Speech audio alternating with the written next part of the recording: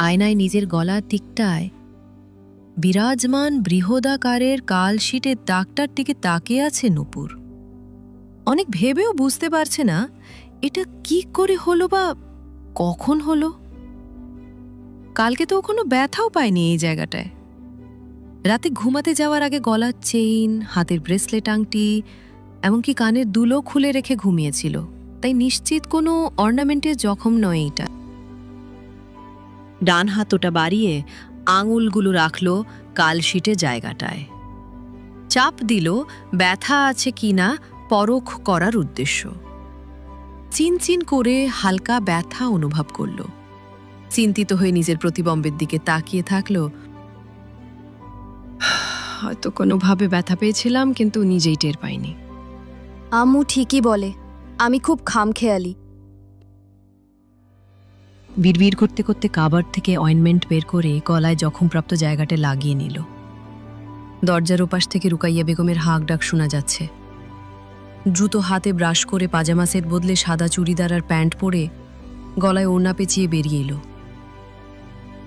Chair টেনে বসে পড়ল নাস্তা করার জন্য।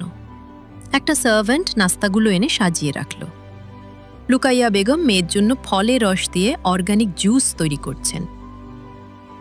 নাস্তা করতে করতে ফোনের লক খুলে দেখল নিরুপমার অনেকগুলো মেসেজ আর কলস।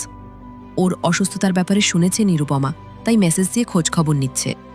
কিছু মেসেজের উত্তর দিয়ে ফেসবুক ওপেন করল। নোটিফিকেশন বারে গিয়ে প্রথম নোটিফিকেশন দেখল, Rafsan Sheikh sent you a friend request. ভ্রু কুঁচকে গেল নূপুরের। রাফসান ভাই ওকে ফ্রেন্ড রিকোয়েস্ট কেন পাঠাচ্ছে? নূপুর তো তার সাথে অত বেশি একটা ফ্রিও না। সোশ্যাল মিডিয়াতে নিজেকে খুবই পার্সোনাল করে রেখেছে নূপুর। অতি পরিচিতদের ছাড়া কারোর সাথেই যোগাযোগ রাখে না সে। তাই সিদ্ধান্ত নিল আপাতত রাফসান ভাইয়ের রিকোয়েস্ট পেন্ডিংয়ে রাখবে, পরে ভেবে দেখবে অ্যাকসেপ্টেশন বা রিজেকশনের ব্যাপারে। ফোনটা লক করে একপাশে রেখে দিল। জুসের গ্লাস হাতে হাজির হলেন রুকাইয়া বেগম। পাশে চেয়ারটায় বসে বললেন, আজকে তোর মামাদের দাওয়াত করেছি। তাই? কখন আসবে তারা? এই তো 12টার পর রওনা করবে। ওহ, নিরুপমা আর রাফসানের সাথে কথা বলেছিস? ওরা তোর জ্বরের কথা শুনে চিন্তিত ছিল। নিরুর সাথে কথা হয়েছে, ওই রাফসান ভাইকে জানিয়ে দেবে। ওমা, এই কেমন কথা? তোর অসুস্থতার খবর শোনার পর কালকে ছেলেটা কলেজ ঝড় বয়ে দিয়েছিল। তোর জ্বর কমেছে শুনে ঠান্ডা হয়েছিল। এখন তুই কল করে কথা বলা উচিত, নইলে ব্যাপারটা খারাপ দেখা যায়।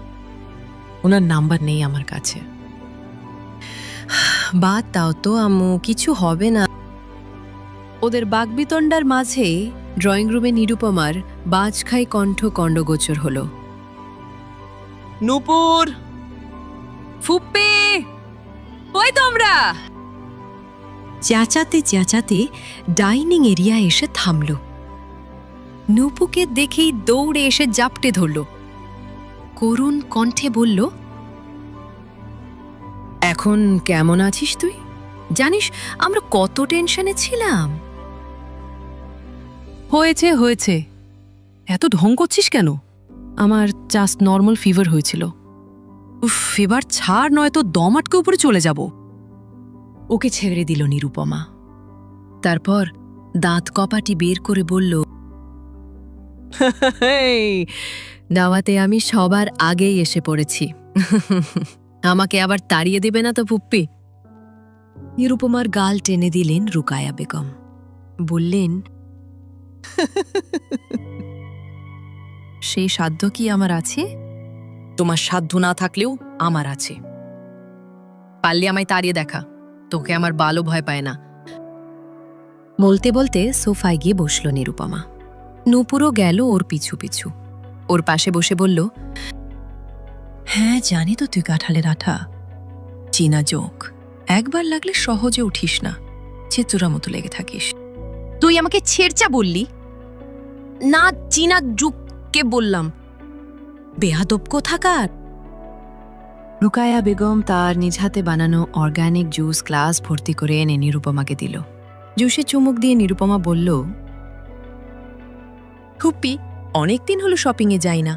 আজকে নুপুরও ফ্রি, আমিও ফ্রি, তাই ভাবছিলাম আজকে ওকে নিয়ে একটু শপিংয়ে যাব। যেখানে খুশি যা, তবে বাড়ির গাড়ি ছাড়া এক কদমও বাইরে রাখতে পারবি না। নুপুর বিরোধিতা করে উঠল। শপিং মল তো বেশি দূরে না আম্মু, আধা ঘন্টার রাস্তা, এখানেও কেন গাড়ি নিতে হবে? গেলে গাড়ি নিয়ে যাবি নয়তো না। রুকাইয়া বেগমের কাটকাট জবাব শুনে নিরুপমা বলল, আচ্ছা আমরা গাড়িতেই যাব, রাগ করতে হবে না।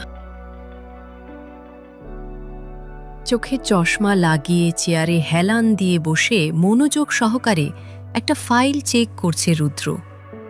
ডান হাতে 2 আঙ্গুল দিয়ে থুনির ওপর বসে থাকা চাপ দাড়িগুলো স্লাইড করছে। বরাবরের মতোই আকর্ষণীয় লাগছে তাকে। টেবিলের অপর প্রান্তে ভয়ে জড়সড় হয়ে বসে আছে এক লোক। কোনো প্রকার দয়া মায়া দেখায়নি। একটা আলফাবেট ভুল গেলেও চাকরি থেকে বের করে দিয়েছে নিষ্ঠুর লোকটা। লুদুদার কোম্পানি আর প্রফিটে কোনো প্রকার ভুল অ্যালাউ করে না।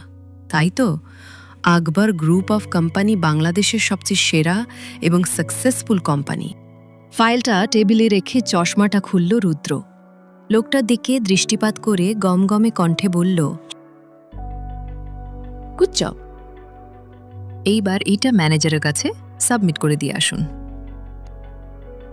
পকেট থেকে রুমাল বের করে কপালের বিন্দু বিন্দু ঘাম মুছল লোকটি। তারপর হালকা হাসার চেষ্টা করে বলল, থ্যাংক ইউ ইউ স্যার। আসি তা হলে, আসসালামু আলাইকুম। ফাইল হাতে লোকটা চলে গেল। পিছনের চেয়ারের দিকে মাথাটা হেলিয়ে দিল রুদ্র।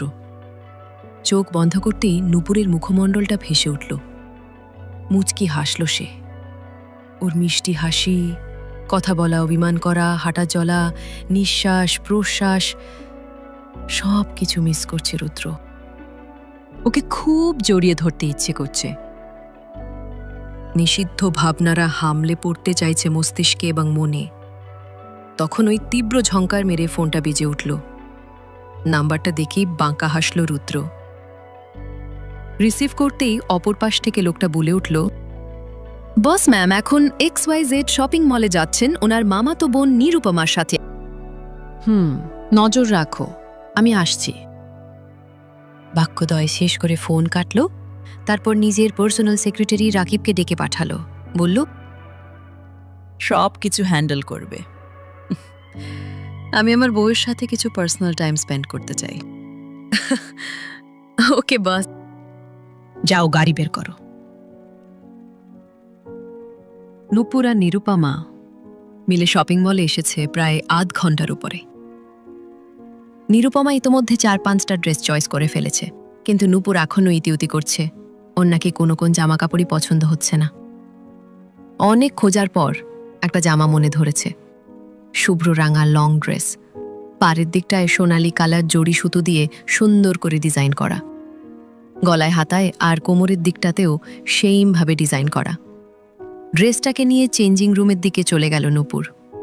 বাইরে দাঁড়ালো নিরুপমা। বাইরে দাঁড়িয়ে থাকতে থাকতে ও যখন বোর হচ্ছিল, তখন পাশ থেকে একটা পুরুষ কণ্ঠ ভেসে এলো।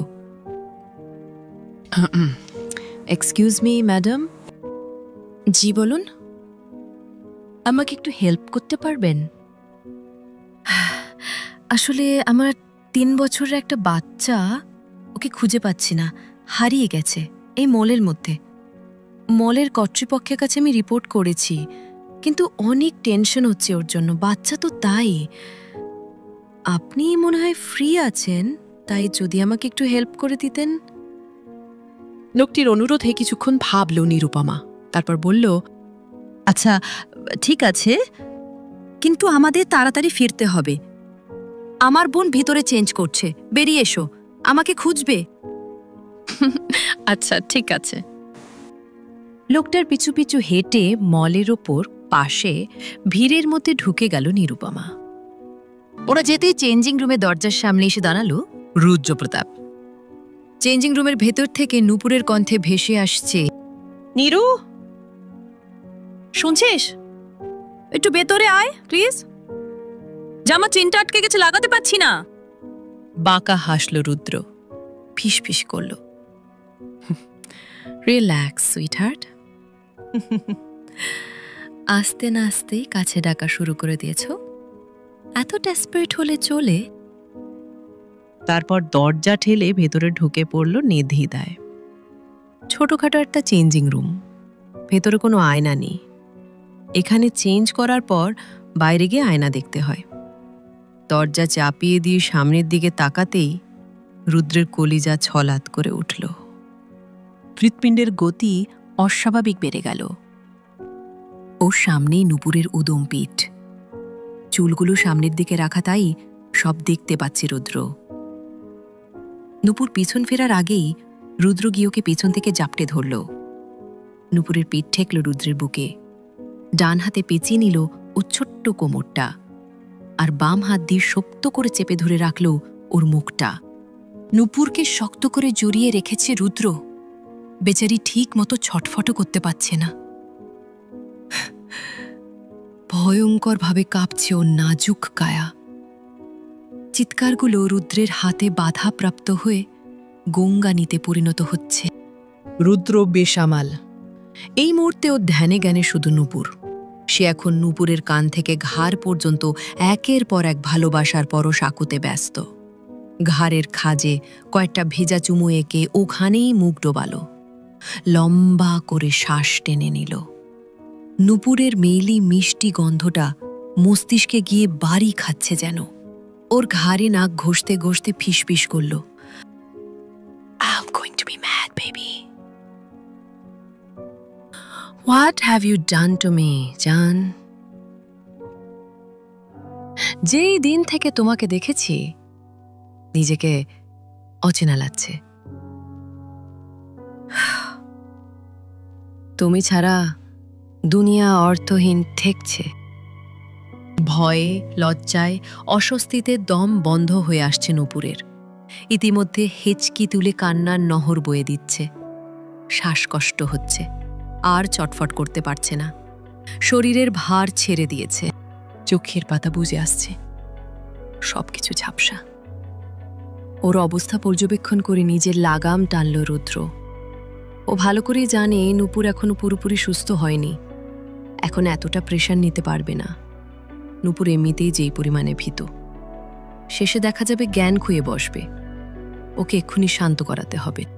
নূপুরের মুখ থেকে হাতটা সরিয়ে নিল রুদ্র। ওর নিতানো শরীরটা নিজের দিকে ঘুরিয়ে নিল।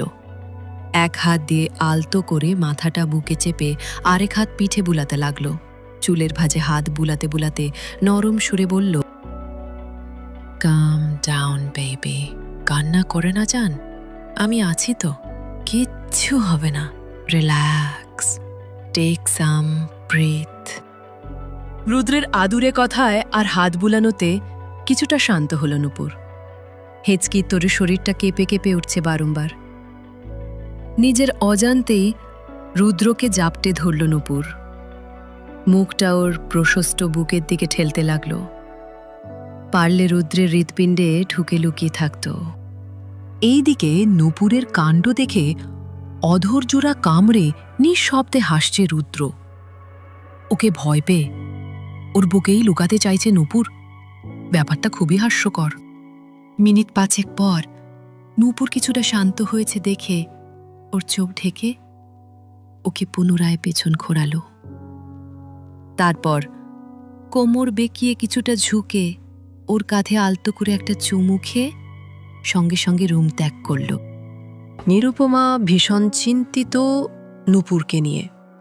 তখন চেঞ্জিং রুমে ফিরে এসে দেখে নূপুর অন্যমনস্ক হয়ে বসে আছে। গায়ে নিজের জামা পরা, ভেজা মুখ আর চুল থেকে টুপটাপ পানি ঝরে ওড়না ভিজে যাচ্ছে। মলিন মুখশ্রী।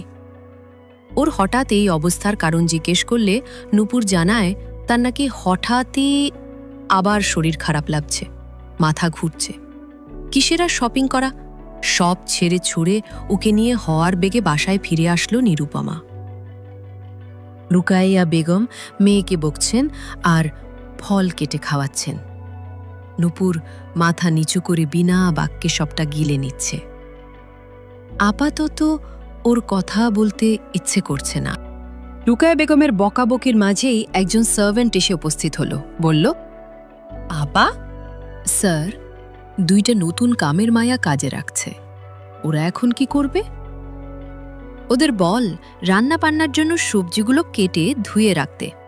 আমি আসছি।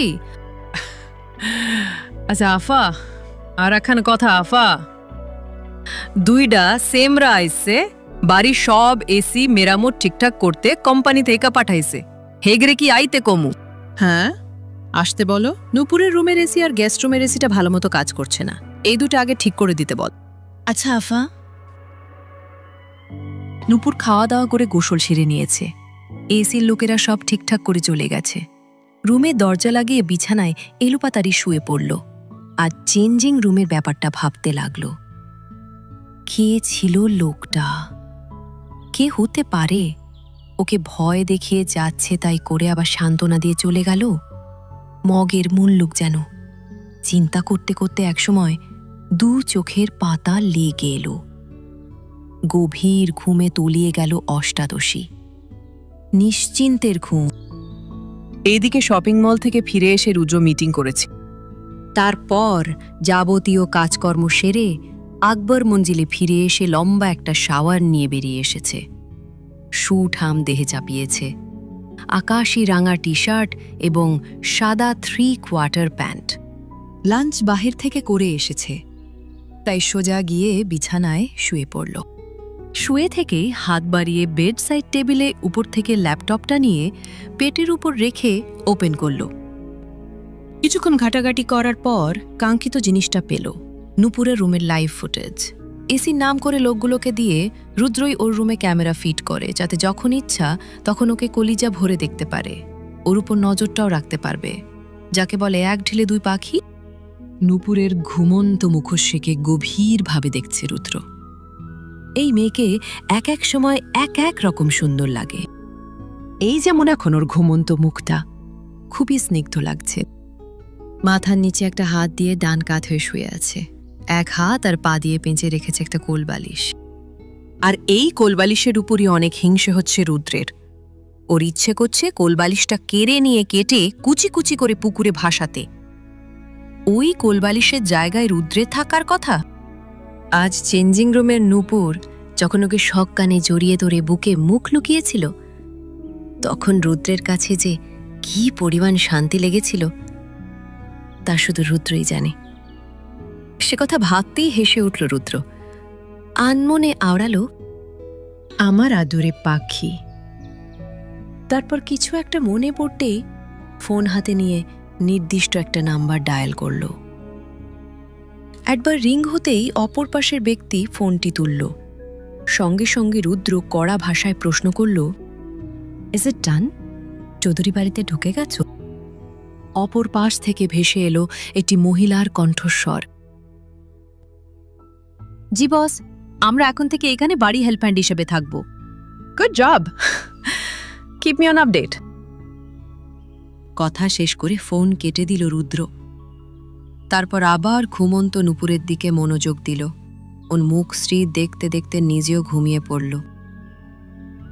নূপুরের লম্বা ঘুম ভাঙল দুপুর 3টায়। ফ্রেশ হয়ে নিচে নেমে দেখল মামা মামিরা ইতিমধ্যে হাজির হয়ে গেছে। নূপুরকে দেখে সবাই উতলা হয়ে পড়ল। কেমন আছে? শরীর ঠিক আছে কিনা? এখন কেমন লাগছে? এই সব হিবিজিবি প্রশ্নে নেতিয়ে ফেলল ওকে। মুখে জোরপূর্বক হাসি রেখে সবার প্রশ্নের উত্তর দিল নূপুর। পাশে তাকাতেই আবিষ্কার করল রাফসান ভাইয়া বসে, ওর দিকেই কেবলার মতো তাকিয়ে আছে। আজব, এই লোকটার সমস্যাটা কি? কি দেখছি ওর মুখে? মুখে আবার কোনো ময়লা টয়লা লেগে নেই তো? দুহাত দিয়ে মুখটা ঘষে নিল, তারপর নাক টেনে উঠে বেসিংয়ের দিকে পা বাড়ালো হাত ধোয়ার উদ্দেশ্যে। রুকাইয়া বেগম তাড়া দিচ্ছেন লাঞ্চ করার জন্য। এতক্ষণ নূপুরের জন্য সবাই বসে ওয়েট করছিল। নূপুর যখন মনোযোগ সহকারে হাত ধুচ্ছিল তখন পেছনে কারোর উপস্থিতি টের পেল। সকালে চেঞ্জিং রুমে যে কাণ্ডটা হয়েছিল তা নিয়ে এখনো আতঙ্কিত নূপুর, তাই ভয় পেয়ে চট করে পিছন ঘুরে তাকালো। রাফসান ভাইয়া, উনি কেন এখানে?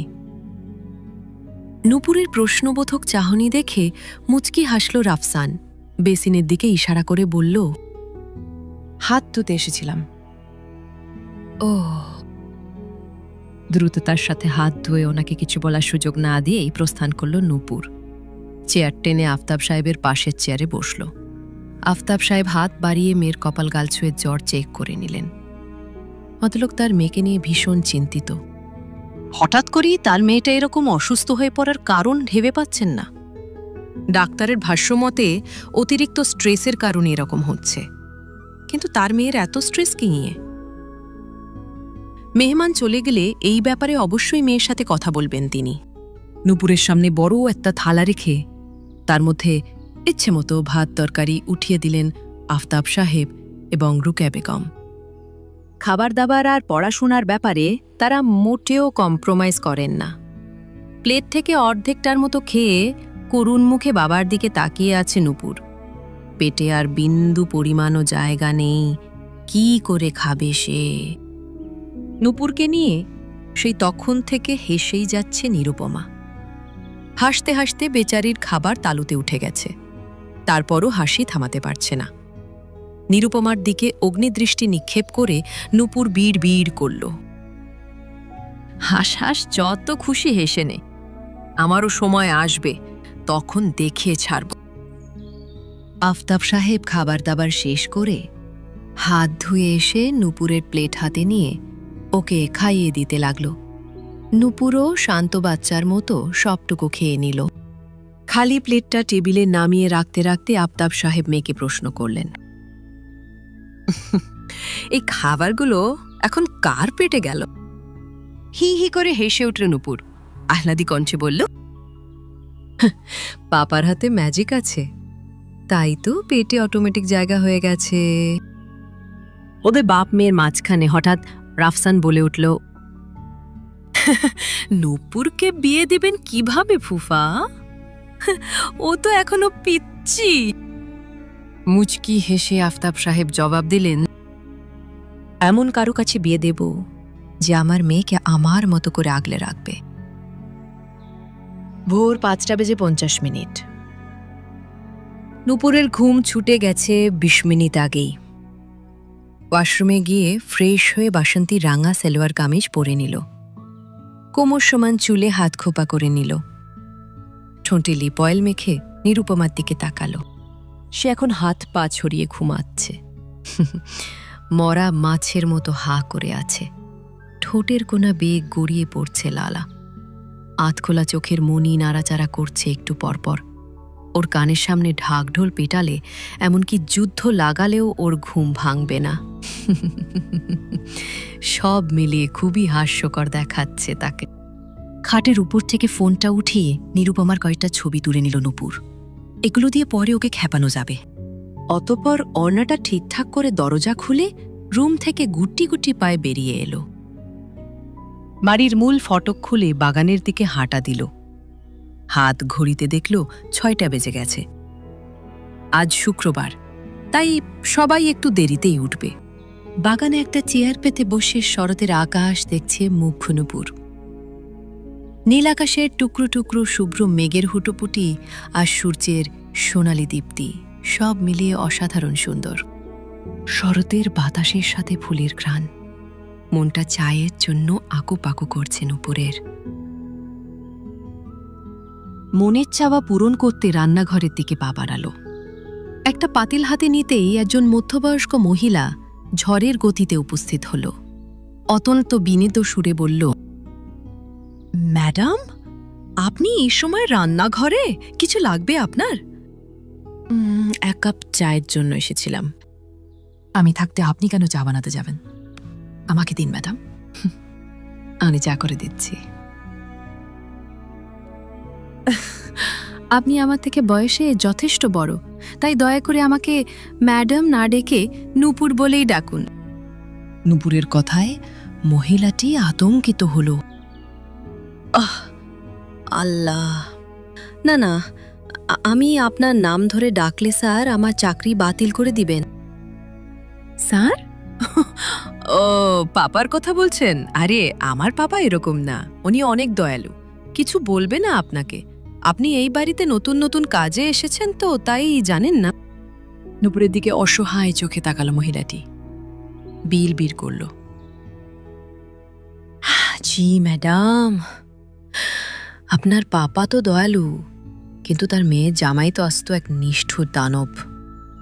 আপনাকে নাম ধরে ডাকলে রুদ্র স্যার আমার চাকরি নির্ঘাত বাতিল করবেন।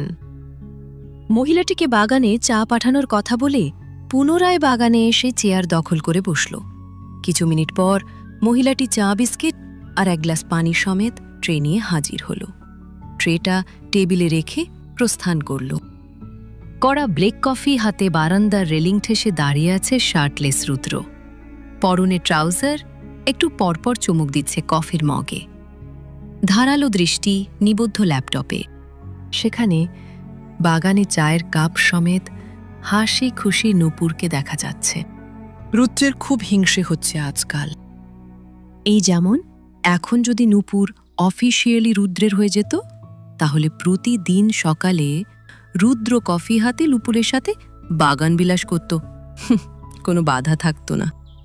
কিন্তু শ্বশুর নামকো ভদ্রলোকটার জন্য ওকে অপেক্ষার মতো জঘন্য কার্য সাধন করতে হচ্ছে। ভদ্রলোক নিজে তো ঠিকই বউ নিয়ে সুখে আছেন, মাঝখানে ভিলেন সেজে পড়াশোনার দোহাই দিয়ে ওর বউটাকে দূরে সরিয়ে রেখেছে। রুদ্র মেজাজ হারায়। কাপড়টা রেখে ল্যাপটপ হাতে বেডরুমে আসে। খাটে ল্যাপটপ রেখে একটা টি শার্ট গায়ে জড়িয়ে নাস্তা করার উদ্দেশ্য বেরিয়ে পড়ে। চেয়ার টেনে পাশাপাশি বসে আছে রুদ্র আর মোস্তফা সাহেব। সামনেই টেবিলের ওপর সাজানো বাহারি রকমের নাস্তা। বাপছেলে চুপচাপ নাস্তা করা আরম্ভ করেছেন। মোস্তফা সাহেব খুশি। যবে থেকে রুদ্র তার প্রিয় বন্ধু আফতাব চৌধুরীকে শ্বশুর আব্বা বলে সম্বোধন করেছে, তবে থেকে ভদ্রলোক খুশি নামক অনুভূতির জোয়ার ভাটায় ভাসছেন। আর চোখে ছেলেকে দেখে নিলেন।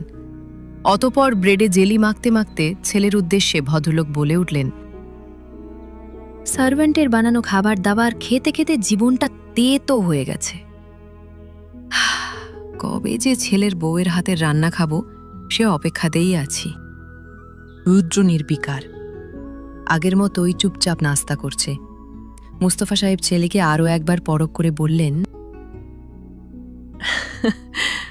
আমি যদি আগে জানতাম যে আমার ছেলেটা আমারই নাকের ডগায় বড় হওয়া বন্ধুর মেয়েটায় আটকে যাবে, তাহলে কবেই ওকে ছেলের বউ বানানোর চেষ্টায় লাগতাম। ভুল হয়ে গেল।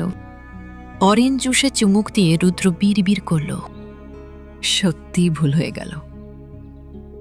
রুদ্রের বিড় মোস্তফা সাহেবের কানে যায়নি। তিনি পুনরায় বলতে লাগলেন, চুপ করে বসে আছো যে? আচ্ছা শোনো, আজ বিকালে ভাবছি চৌধুরী বাড়ি যাব। আফতাবের সাথে 2 কাপ চা পান করবো আর নূপুর মামনিকেও দেখে আসব। তুমি যাবে আমার সাথে? টিস্যু দিয়ে মুখ মুছে নিল রুদ্র। টেবিল ছেড়ে সিঁড়ির দিকে পা বাড়াতে বাড়াতে বলল,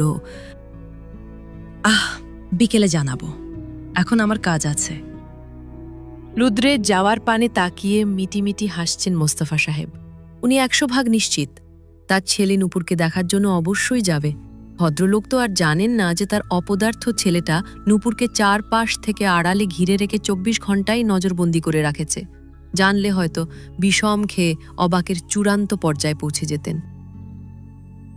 নাস্তা শেষে নূপুরের মামা মামিরা শেখ বাড়িতে ফিরে গেছেন। রয়ে গেছে শুধু নিরুপমা আর রাফসান। রাফসান অবশ্য একটু পরেই বাইরে যাবে, আজকে নাকি তার একটা গুরুত্বপূর্ণ ইন্টারভিউ আছে। নূপুর আর নিরুপমা একসাথে বেরিয়েছে। ওদের কিছু বই আর সাজেশন কেনা বাকি, তাই কিনতে গেছে। আফতাব সাহেবও বেরিয়েছেন। রুকাইয়া বেগম রান্না করছেন। মাংস ভুনার খুব লোভনীয় ঘ্রাণ ছাড়াচ্ছে। রান্নাটা দমে রেখে রাফসানের পাশে বসলেন। শাড়ির আঁচলে হাত মুছে রাফসানকে উদ্দেশ্য করে বললেন, বাবা, তোর পড়াশোনা তো কমপ্লিট, বয়সটাও হয়ে এসেছে, তো বিয়েটা কবে করছিস? আমরা তো ছেলের বউ নাতি নাতনি দেখার অপেক্ষায়। চমৎকার হাসল রফসান। ফোনের দিকে তাকিয়ে থেকেই বলল, হবে হবে, সবকিছু সময় মতোই হবে, তোমরা তো চাপ নিও না। চাপ নিব না মানে? বললেই হলো, আমাদের ছেলে আমরা চাপ নিব না? না, চাপ নেওয়ার মতো কোনো ব্যাপার হয়নি। রাফসানকে সন্দিহান চোখে পরখ করে রুকাইয়া চৌধুরী বললেন, মেয়ে দেখার কথা বললি নাকি তুই এড়িয়ে চলিস? কাহিনী কি ছেড়ে কাশ? কাউকে পছন্দ করিস? এইবার শব্দ করেই হাসল রাফসান। রুকাইয়ার দিকে তাকিয়ে বলল, সময় হলে সব জানতে পারবে ফুপ্পি। দমে গেলেন রুকাইয়া চৌধুরী, আর ঘাটলেন না ব্যাপারটা। এরই মধ্যে নিরুপমার পকপক শোনা যাচ্ছে। মেয়ে দুটো ফিরেছে নিশ্চয়ই। ওদের জন্য লেবুর শরবত আনতে উঠে গেলেন রুকায়া।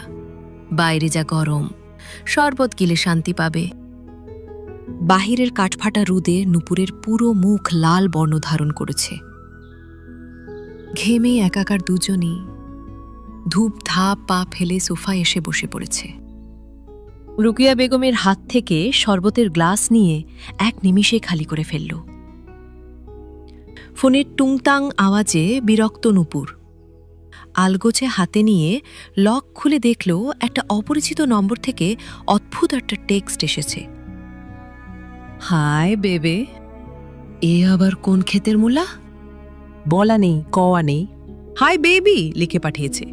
এমনিতেই গরমের কারণে মেজাজ আসমানে উঠে গেছে, তার উপর এই ধরনের টেক্সট।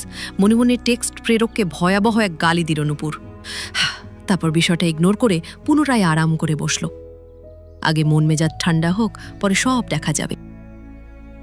তুমি এফবি ইউজ করো না নূপুর? রাফসানের প্রশ্নে বিরক্ত নূপুর। সোফায় বসাটাই উচিত হয়নি তার। রুমে গিয়ে বসলে আর প্রশ্ন করতে পারত না। ভদ্রতার খাতিরে উত্তর দিল, করি, কিন্তু তেমন একটা অ্যাক্টিভ নই। ও, তোমাকে রিকোয়েস্ট পাঠিয়েছিলাম, মাঝে মাঝে প্রয়োজন হলে কথা বলতে পারতাম, তাই? ও, খেয়াল করিনি মনে হয়। তোমার নাম্বারটা? নূপুরের কাছে অস্বস্তি লাগছে রাফসানের কথাবার্তার ভঙ্গিমায়। নূপুর ইনিয়ে বিনিয়ে কিছু একটা বলতেই যাবে, তখন সেখানে উপস্থিত হন আফতাব সাহেব। এসেই হাঁক ছেড়ে রুকাইয়া বেগমকে ডেকে বলতে লাগলেন, নূপুরের আম্মু, এদিকে এসো, এই বাজারগুলো নিয়ে যাও, ভালো মন্দ কিছু রান্না করো। বিকেলে মোস্তফা রুদ্র বাবা আমাদের এখানে আসবে, রাতে খাওয়া দাওয়া করে যাবে। ভরকে গেল নূপুর। রুদ্র? আকবর, রুদ্র প্রতাপ, ওই ডাইনোসরটা কেন আসছে এখানে? সব দিক থেকে আজকেই কেন বিপদগুলো সব মাথার উপর চড়ে নাচছে?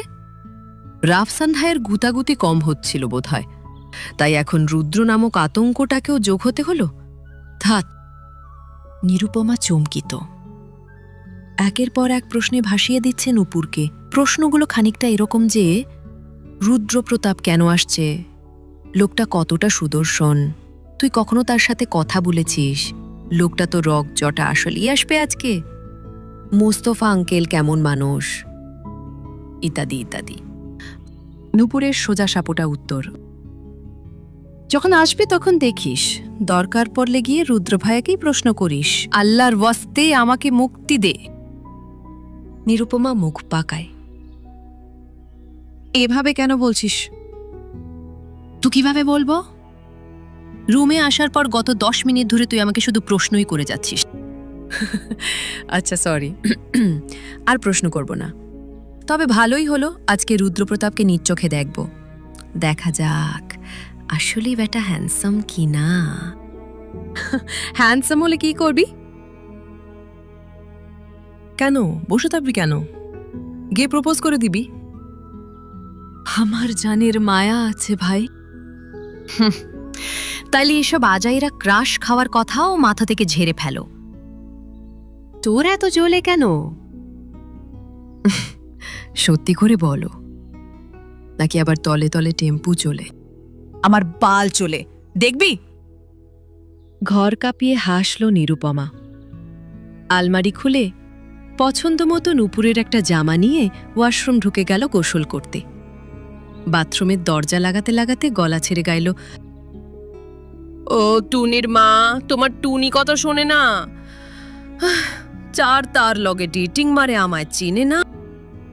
গোসল সেরে কলাপাতা রঙের 3 পিস গায়ে জড়িয়েছে নূপুর আফতাব সাহেব আর রাফসান একসাথে জুমার নামাজে গেছেন। রান্নাবান্না সব কমপ্লিট। নূপুর অনেক হিসাব নিকাশ করেও বুঝতে পারল না রুদ্র আসবে শুনে তার মা এত খুশি কেন হচ্ছে। বাহারি রকমের খাবার দাবার নাস্তা সব রেডি, রাতের বেলা নাকি আরও রান্না করবে। এত আয়োজন করতে হবে কেন? ভাবখানা এমন যেন মেয়ের জামাই আসছে। মেয়ের জামাই? আল্লাহ মাফ করুক। এসব কি ভাবছেন উপর? নিজের ভাবনায় নিজেই স্তব্ধ। কি সব আবোল তাবোল ভাবছে সে। আনমনে নিজের মাথায় নিজেই গাট্টা মারল নূপুর। ওর গাট্টা মারা দেখে নিরুপমা বলল, কি রে, তাটা ছিঁড়ে গেছে নাকি? নিজের মাথা নিজেই পেটাচ্ছিস? চুপ কর, আমার খিদে পেয়েছে। চলো আমরা না হয় আগেই লাঞ্চ সেরে ফেলি, তারপর একটু রেস্ট নিয়ে কোথাও ঘুরতে যাব। সঙ্গে সঙ্গে রাজি হয়ে গেল নিরুপমা। তার আবার ঘোরাঘুরি করতে বড্ড ভালো লাগে। দ্রুত পদক্ষেপে দুই বোন মিলে ছাদ থেকে নেমে ডাইনিং টেবিলে গিয়ে বসল। খাওয়া দাওয়া শেষ করে রুমে ফিরে গেল রেস্ট করতে। কিছুক্ষণ বাদে রাফসান আর আফতাব সাহেব ফিরে এলেন মসজিদ থেকে। আফতাব সাহেব মেয়ের জন্য গরম গরম জিলিপি নিয়ে এসেছেন। তার মেয়ে জিলিপি বলতেই অজ্ঞান। উনার দেখা দেখি রাফসানও লুকিয়ে চুরিয়ে এক প্যাকেট জিলিপি নিয়েছে। উদ্দেশ্য নূপুরকে নিজ হাতে দিবে, ওর জিলিপি খাওয়া দেখবে বসে বসে। জিলিপির প্যাকেট হাতে রেখে আফতাব সাহেব উচ্চস্বরে নূপুরকে নিচে ডাকলেন। নূপুর যেন এই ডাকের অপেক্ষাতেই ছিল। সে ভালো করেই জানে তার পাপা নিশ্চয়ই তার জন্য জিলিপি নিয়ে এসেছে। তরতর করে সিঁড়ি ভেঙে ড্রয়িং রুমে উপস্থিত হল নূপুর। পেছন পেছন নিরুপমাও এলো। আফতাব সাহেব দুজনের মাথা বুলিয়ে দিলেন। তারপর জিলিপির প্যাকেটটা এগিয়ে দিলেন দুইজনের দিকে। জিলাপির প্যাকেট টানাটানি করতে করতে দুইজন মিলে সোফায় বসল। টানাটানি করতে করতেই পুরো প্যাকেট খালি করে ফেলল। আফতাব সাহেব তাদের কাণ্ডে নিঃশব্দে হাসলেন। মেয়ে দুটোকে একসাথে দেখতে তার কাছে বেশ ভালো লাগে। কিছুক্ষণ ওখানে থেকে উঠে গেলেন বেডরুমের উদ্দেশ্যে।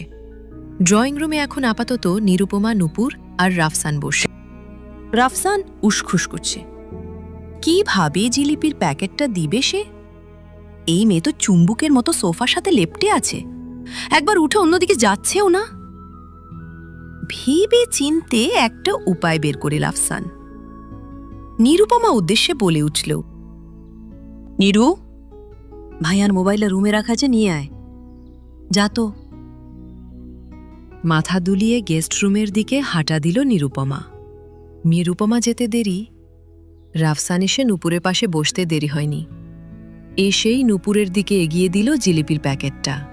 ঠোঁটের কোনায় ছোট একটা হাসি রেখা টেনে বলল, ফুফা বলছিল তোমার নাকি জিলিপি পছন্দ, তাই ভাবলাম এক প্যাকেট আমিও না হয় নিয়ে যাই। রাফসানের থেকে দূরত্ব বাড়িয়ে বসে নূপুর উনার বাড়ানো প্যাকেটটার দিকে ছোট ছোট চোখে তাকিয়ে থাকে। নিবে না সে প্যাকেটটা। কোনো এক কারণে সে রাফসান ভাইয়াকে পছন্দ করে না। কারণটা নূপুর ভেবেও বের করতে পারে না। শুধু এতটুকুই বুঝতে পারে যে রাফসান ভাইয়া হয়তো তাকে বোনের চোখে ট্রিট করে না। লোকটার মনে অন্য কিছু চলে হয়তো।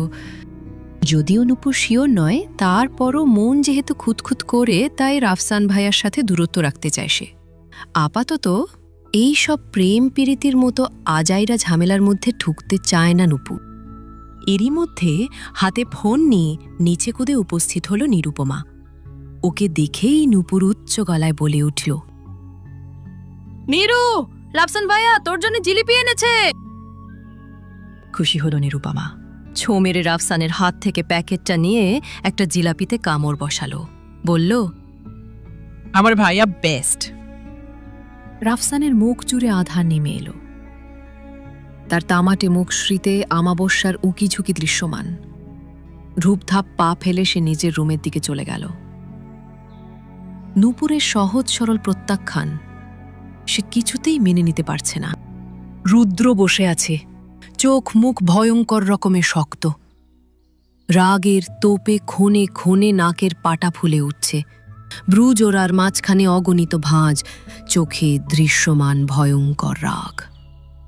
চোয়াল শক্ত কর, সে দাঁতে দাঁত চাপছে, হাতের শিরা উপশিরাগুলো ফুলে উঠেছে। চেয়ার ছেড়ে উঠে সেই হন হন করে মোস্তফা সাহেবের রুমের দিকে গেল। দরজায় করাঘাত করল। মোস্তফা সাহেব দরজার খুলতেই রুদ্র গম্ভীর কণ্ঠে আওড়াল, আমরা এক্ষুনি চৌধুরী বাড়ি যাব বাবা। ছেলের ভয়ঙ্কর মুখশ্রী দেখে মুস্তাফা সাহেব কিংকর্তব্যবিমূঢ়। হয়েছেটা কি হঠাৎ? তার ছেলেটা রেগে গেছে কেন? কি হয়েছে রুদ্র?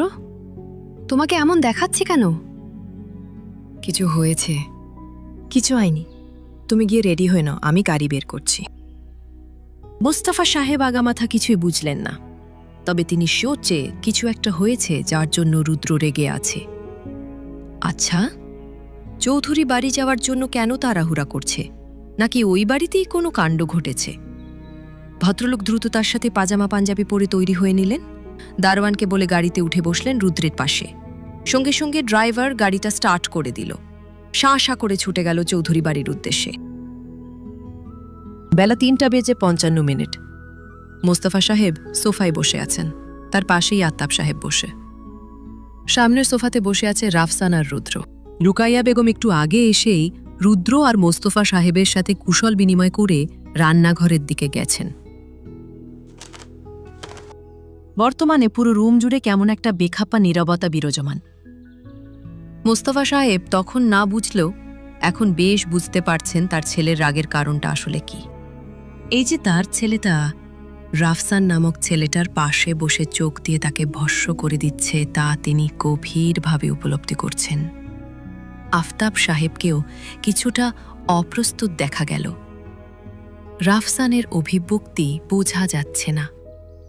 সে স্বাভাবিক ভঙ্গিতে বসে আছে। অস্বাভাবিক পরিস্থিতি স্বাভাবিক করতে আফতাব সাহেব আগ বাড়িয়ে কথা বলে উঠলেন, রুদ্র বাবা, তুমি বসে কেন? নাস্তা পছন্দ হয়নি?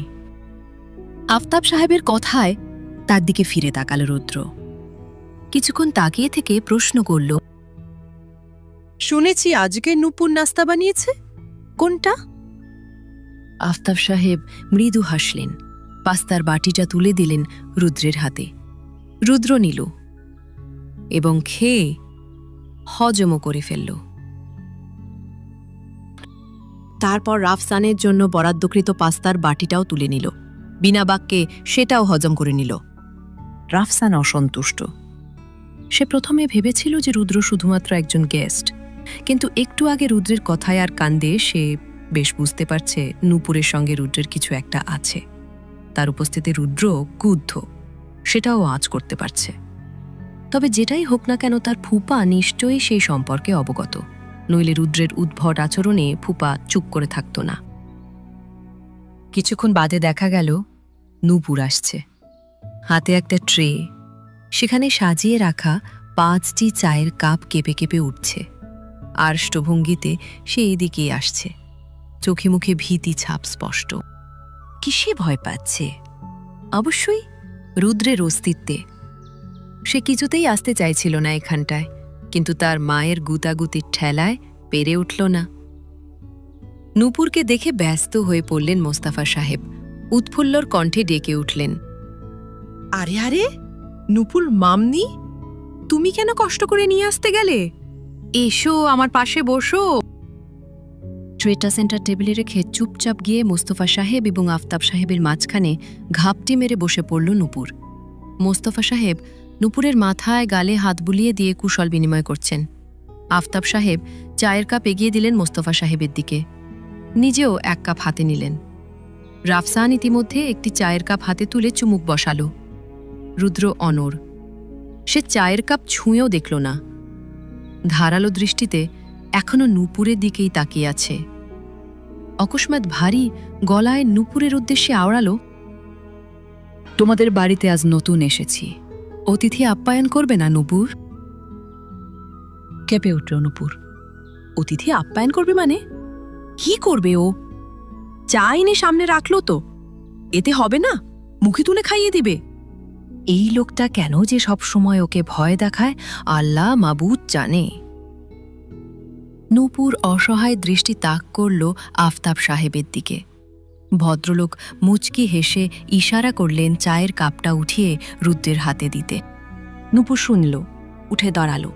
এগিয়ে কম্পিত হস্তে চায়ের কাপটা তুলে নিল, বাড়িয়ে দিল রুদ্রের দিকে। নূপুরের হাত থেকে কাপটা নেওয়ার সময় ইচ্ছাকৃতভাবে ওর হাতে স্পর্শ করল রুদ্র। সঙ্গে সঙ্গে হাত সরিয়ে নিল নূপুর।